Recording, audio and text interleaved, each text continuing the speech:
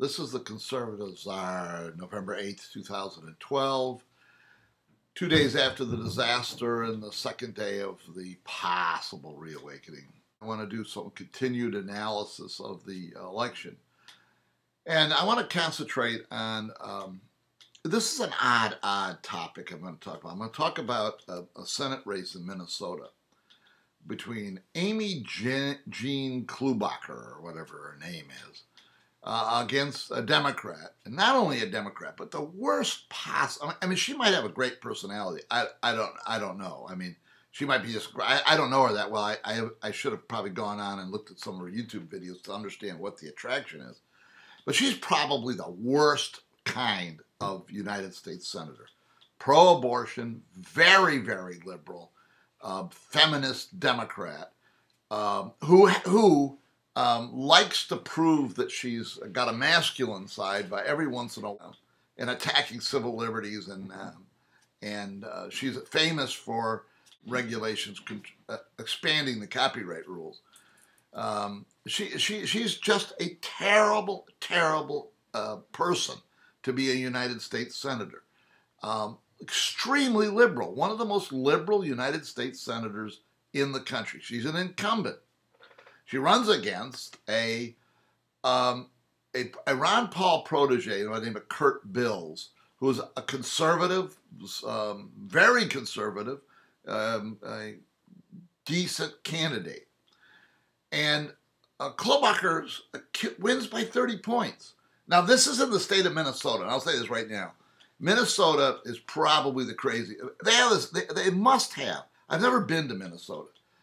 The people I have met from Minnesota are all have this little look in their dazed look in their eyes, and that must be it. I mean, the people of Minnesota are dazed, crazed people, and there's a real rule about trying to analyze politics that a lot of people have, and I have too, and that is don't ever pay attention to Minnesota politics. It is crazy. They are crazy people. They'll do weird things. And but in saying all that, this was a 30-point victory by one of the most liberal, feminist, pro-abortion candidates. And at the same time this is happening, by the way, Minnesotans are the only state that had same-sex marriage on its ballot where same-sex marriage lost. So Klobuchar wins by 30 against a very decent candidate.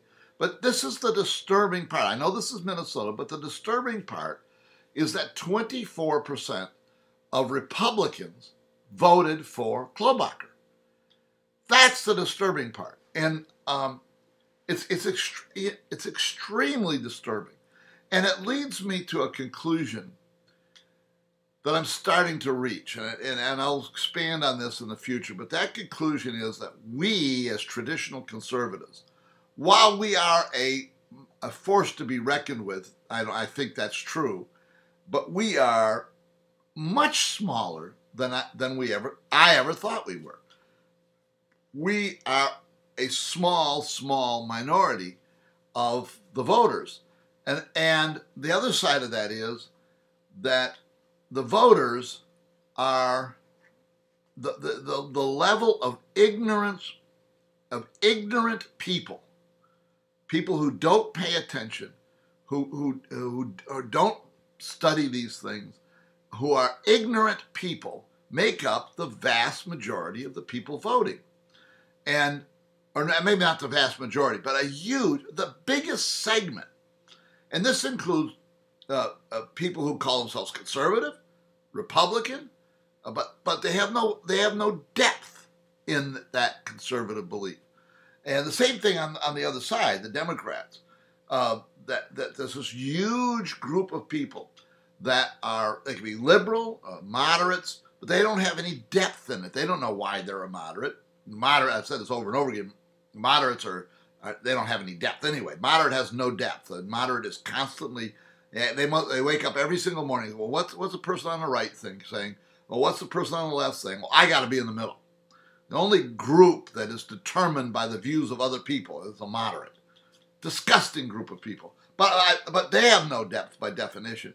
Liberals, I think there's a lot of people, an awful lot of people, who are liberals with no depth. And this makes up the biggest segment of the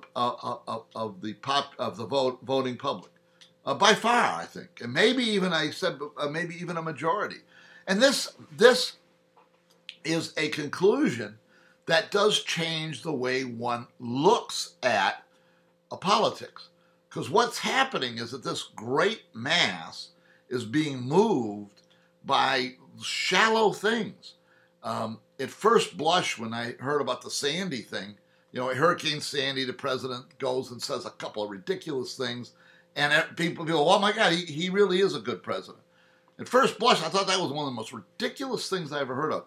But the more I think about this, the more I think how trivial and shallow the American voter is, that I believe that that's possible. Now, this is a curse. This is a huge problem.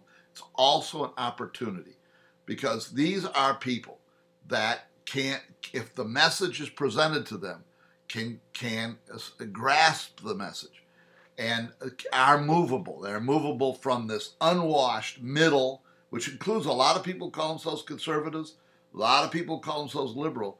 They're like jello. They are movable, and the possibility of moving them exists.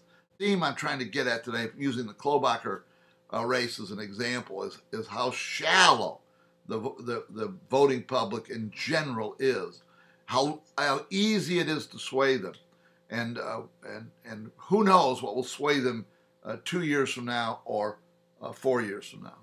This is the Conservative Czar. See you next time.